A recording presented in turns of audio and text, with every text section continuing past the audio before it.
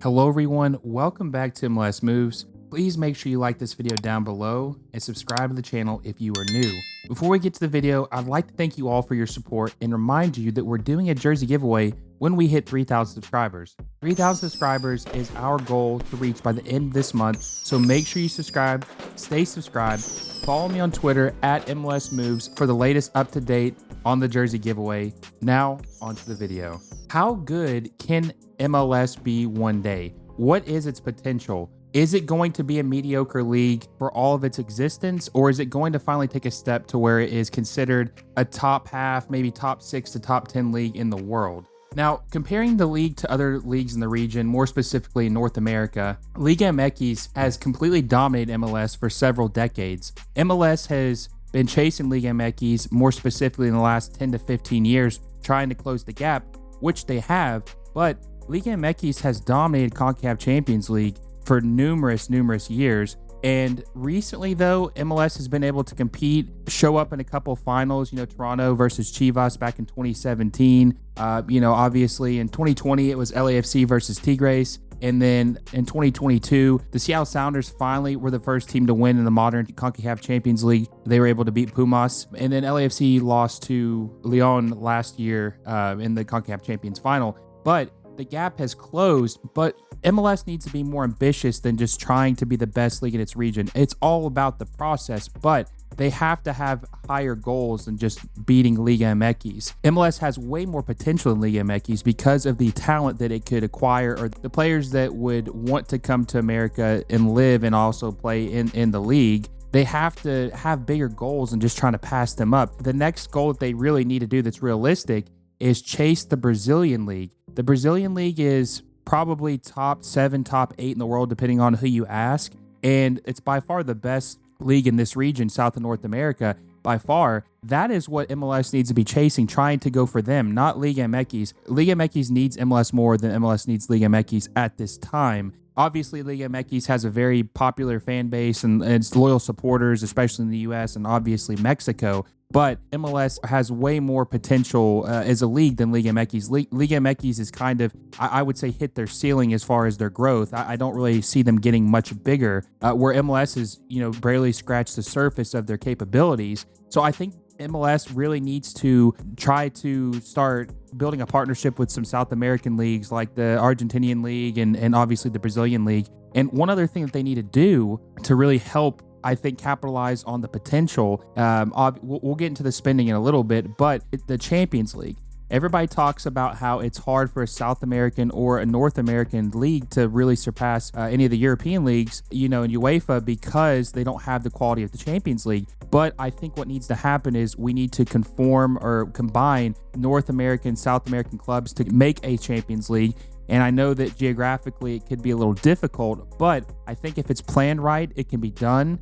And I think that will get the best quality and help, the old saying, iron sharpening iron, get all these clubs and all these leagues to reach their full potential and help them grow. I think that is a huge thing that MLS needs to do and try to build that relationship with these South American leagues. Now, another thing too, which I've hit this home several times, they have to spend more. MLS's biggest problem right now is they don't have any quality depth. If a player outside the starting 11 is out, the idea was a long time ago, or when this rule was created, the homegrown player rule was to have quality players come in there, young players that can develop and fill roles and fill in if a player's hurt or on international duty.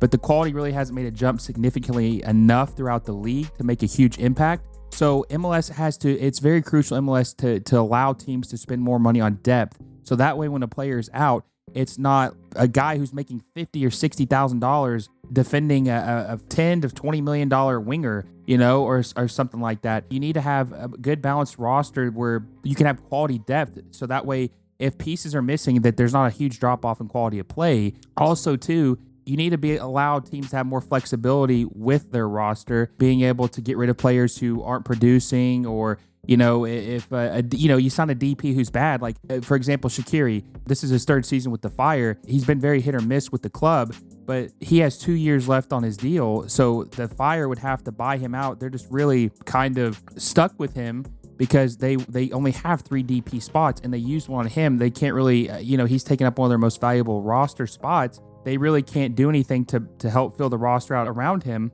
to make up for the bad form that he's in currently. There needs to be more relaxation on the roster rules to let people build quality teams. And this is a thing that I say all the time. It's MLS is, they preach parity. They want all these clubs to have a chance at winning the league.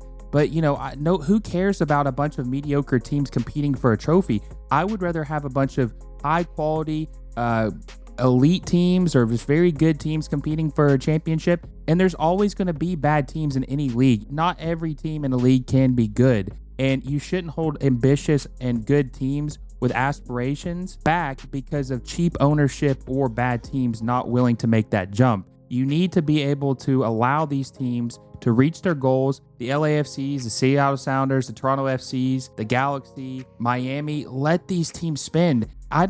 Does anyone honestly believe? Let me know in the comment section if you think that if these clubs I just named, they didn't have any restrictions on spending, that they wouldn't be a top club in the world.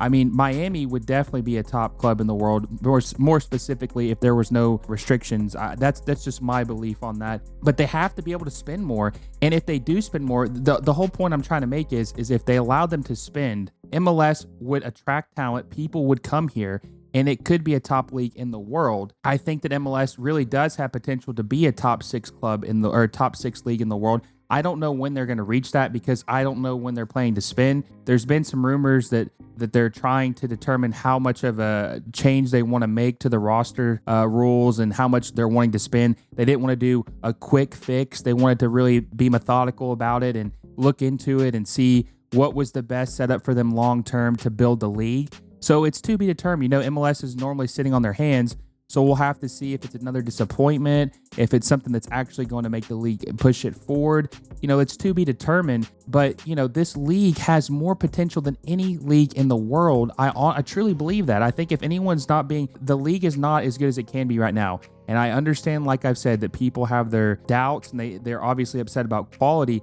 But MLS has so much potential. There are so many people that would come here. It's all about us limiting ourselves. Now, I don't think MLS is ever going to be better than the Premier League in my lifetime, in your lifetime, maybe in my kid's lifetime. I don't think it's ever going to be that good. But why can't MLS be a top 3, top 4 league in the world if it allows the people to come here?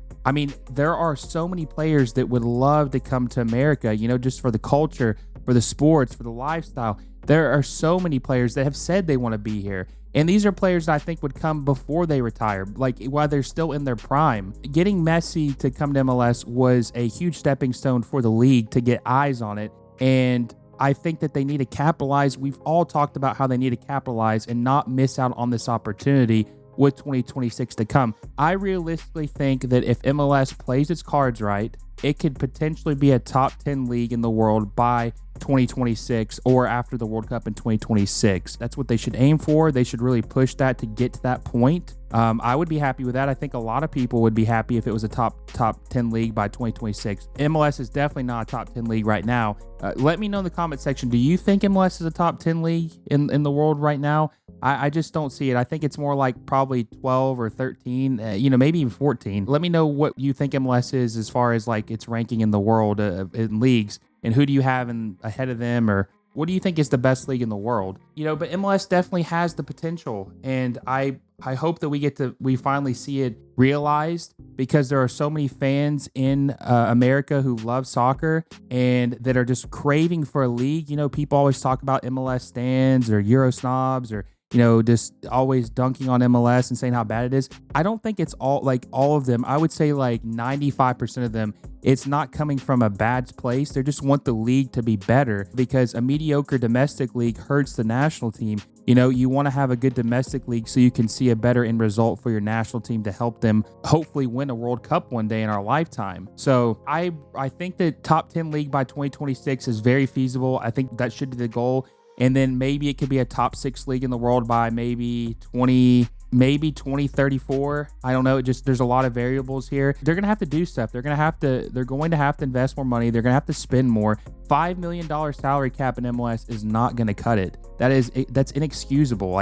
There's teams with their payrolls are $40 million, but their salary cap is $5 million. Because the designated player salaries are so inflated. They need to be able to spend the money out throughout the roster more to build a more complete team. Anyways, guys, thank you so much for watching. Let me know in the comment section, when do you think MLS can be a top 10 league in the world? Is it already a top 10 league in the world in your opinion? Should MLS be worrying about Liga MX anymore, or should they be focusing on the Brazilian league, or do you even think they should have bigger goals and be focusing on the Premier League? Let me know in the comment section. Thank you guys so much for watching. Like this video down below, subscribe to the channel, hit that little bell notification so you never miss a video. And until next time, I will see you all soon.